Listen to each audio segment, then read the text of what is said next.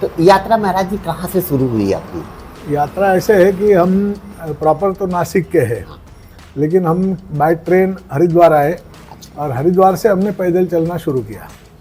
तो हरिद्वार से हम पहले यमुनोत्री गए, देहरादून होके।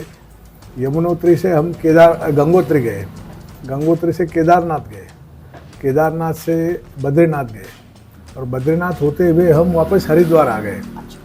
और हरिद्वार से फिर हम अयोध्या आए, अयोध्या से काशी में गए। तो जहाँ जहाँ गए हमने वहाँ जो हमारी जो सोचा हुआ था वो सब हमने किया।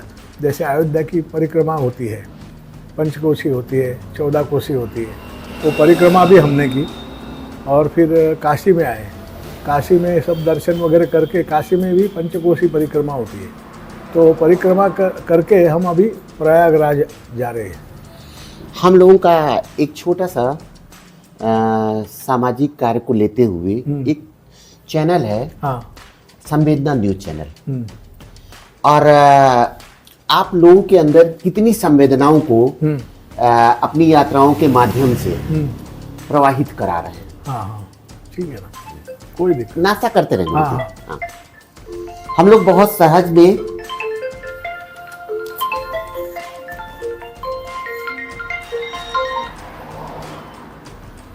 और आपको आहार आपका बहुत मिनिमाइज है। तो ज़्यादा आहार लेंगे तो फिर हम चल नहीं सकते ना। एक्चुअली हम खाते ही नहीं सुबह में इतना जल्दी, हम रात को ही खाना खाते हैं। दिन भर हम ऐसे लाइट कुछ नमकीन हो गया या चाय बिस्कुट हो गया, वैसा लेके ही हम चलते हैं। तो आपका आपको पता है आपके यहाँ भी कुंभ लगता है और प्रयागराज में भी कुंभ। तो इस महाकुंभ में आप क्या पहली बार आए हैं या इससे पहले भी? नहीं, पहली बार आए। पहली बार। तो यहाँ पे कुछ दिनों का प्रवास का विचार है? नहीं, हम यहाँ संगम में स्नान करके हम आगे की यात्रा करने वाले हैं। आगे जो नासिक में महाकुंभ लगते हैं, हाँ हाँ, और प्रयागराज के महाकुंभ में आप महसूस करेंगे कि इस बार महाकुंभ में एक अलौकिक तैयारियां हुई हैं। हाँ, और बहुत भव्य स्तर से उसकी तैयारियां चल रही हैं। बराबर। तो हम प्रयागराज की धरती से हम चाहेंगे कि आप कुछ दिन यहाँ प्रवास करें। नहीं, एक्चुअली कैसे कैसे मालूम है क्या कि नहीं अभी नहीं, बस हमारी ये यात्रा जो है ना, कुंभ है इसलिए हम नहीं कर रहे। ये पहले से ही तय की हुई यात्रा है जो चल रही है। तो संयोग की बात है कि हम प्रयागराज होके जा रहे और कुंभ आ गया इस तरह। यानी हमारी ये यात्रा का मकसद जो है खाली कुंभ में आना और नहाना और निकल जाना ऐसे नहीं था। तो ये भगवान की इच्छा थी कि हम यहाँ आए और यहाँ से संगम में स्नान करके फिर आगे जाए। और हमारी यात्रा का कोई भी यात्रा जो हमने की है उसको अनुभव ऐसे ही किया है कि दैट इज पहले ही डिसाइडेड है। किसी को मिलवाना, किससे कहाँ रुकना, कहाँ कौन खिलाएगा, कौन पिलाएगा, ये हमने कुछ तय नहीं किया है। That the universal power has already decided. हाँ, यूनिवर्सल पावर ये डिसाइड कर आज हम लोग बड़े नेचुरल ढंग से अटेंडम मुलाकात हो गई। हाँ, बराबर। और हमारे तो हम लोगों ने कल से एक प्रयास किया है कि इस भव्य कुंभ के लिए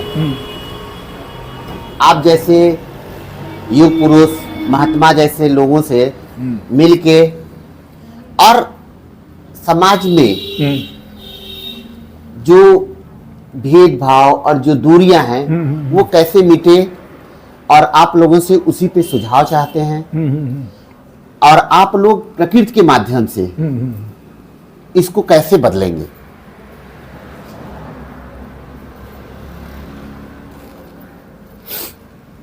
देखो, ऐसा है, ये यूनिवर्सल नियम है कुछ बदलने का, कुछ चेंज करने का या कुछ करने का, ये यूनिवर्सल ने ऑलरेडी तय किया हुआ है।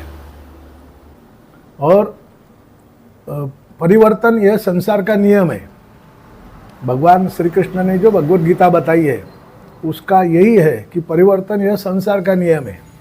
जैसे हम जब से पैदा हुए हैं और अभी हमारी जो आयु चल रही है, तो वहाँ से अगर देखेंगे तो हम छोटे थे, है कि नहीं? तो दांत नहीं थे तो दूध पीते थे, दांत आ गए तो खाना खाने लग गए, है कि नहीं? चलते नहीं थे तो पहले रेंगते थे, फिर खड़ा हो गए, फिर चलना लग गए, है कि नहीं? तो ये नेचुरल प्रोसेस है, इसके लिए अलग से कुछ करने का जरूरत नहीं है।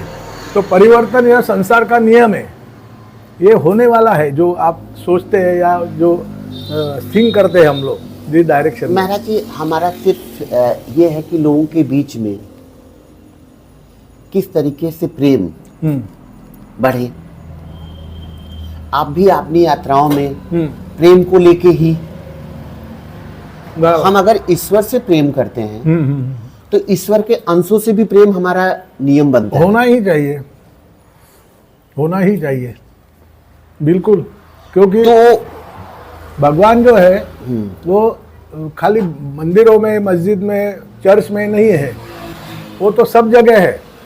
हमको व्यापक दृष्टि चाहिए उसको देखने की। जैसे आप में है, मुझ में है, सब में है। और हमारे सनातन धर्म ने तो इतना कहा है कि हम बोलते जली, स्थली, काष्ठी, पाषाणी। पाषाण में भी है। जैसे प्रहलाद ने बोला था कि स्तंभ में भगवान है कि नहीं?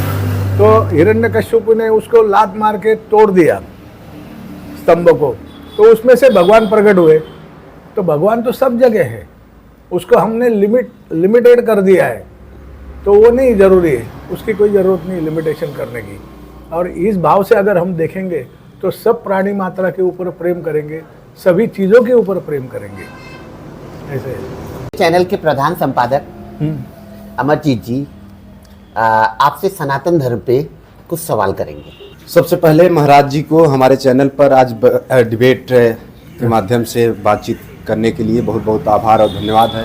महाराज जी नासिक से चलकर प्रयागराज होते हुए इनका बहुत ही लंबा दायरा है।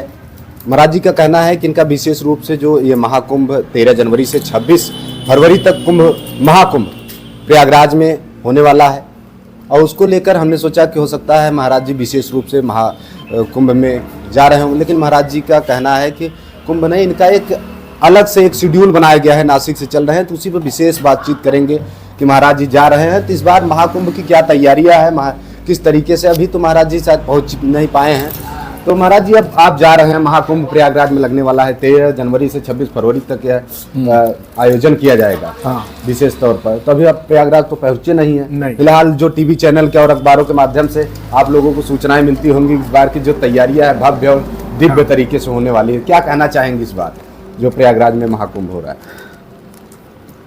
तैयारियां ऐसे है ना कि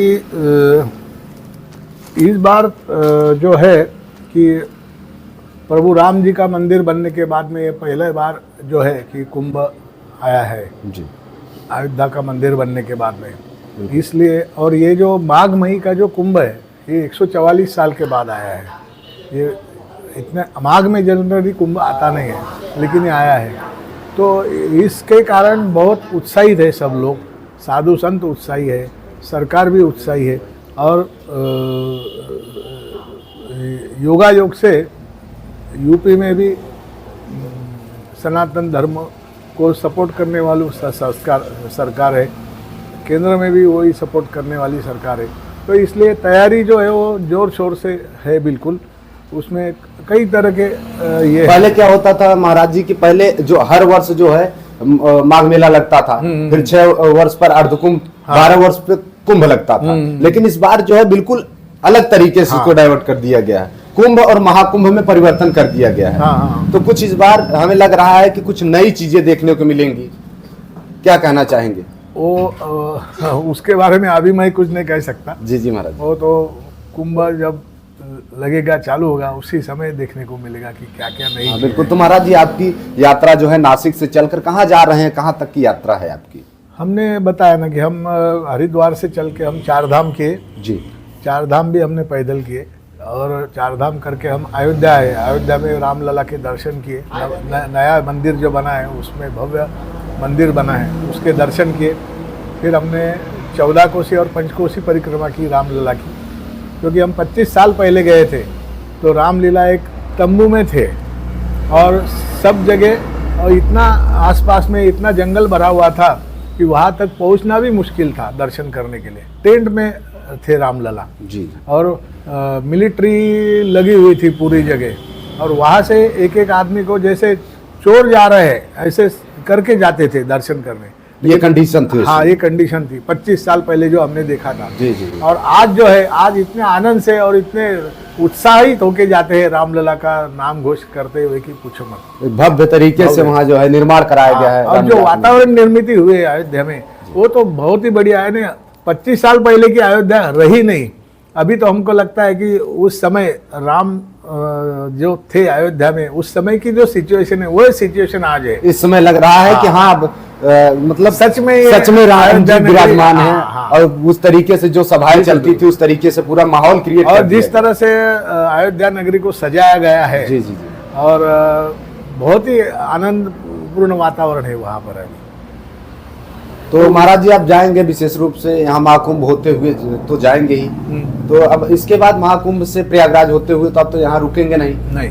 यहाँ लोग देश विदेश से, एशिया का सबसे बड़ा धार्मिक एक केंद्र कहा जाता है प्रयागराज, जोन है पूरे एशिया का है। तो लोग दूर देश मतलब विदेशों से लोग यहाँ आ रहे हैं और आप यहाँ से चलते हुए चले जा रहे हैं। ये तो क्या है, उसके लिए एक दृष्टि चाहिए। और क्या है, बहुत भीड़ में बहुत इसमें रह के वो ही आनंद मिलेगा ऐसे कुछ नहीं है।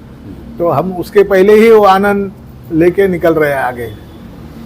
तो आप लोगों ने देखा कि महाराज जी ने कहा जो आनंद यहाँ रह के लेना चाहिए वो हम धीरे धीरे जो है चारों जगह जो चारों धाम है धीरे धीरे उस आनंद का जो वो होता है वो लेते हुए हम आराम से चले जाएंगे। जो लोग यहाँ 1 महीने कल्पवास करके आनंद लेंगे, हम एक दिन, एक क्षण, एक मात्र में वो अपने अंदर जो वो प्रतिभाएं होती है उस तरीके से वो माहौल जो क्रिएट होता है उस तरीके से हम करके और यहाँ से चले जाएंगे। तो बहुत बहुत आभार, धन्यवाद महाराज जी हमारे चैनल पर जुड़ने के लिए। अरे बहुत बहुत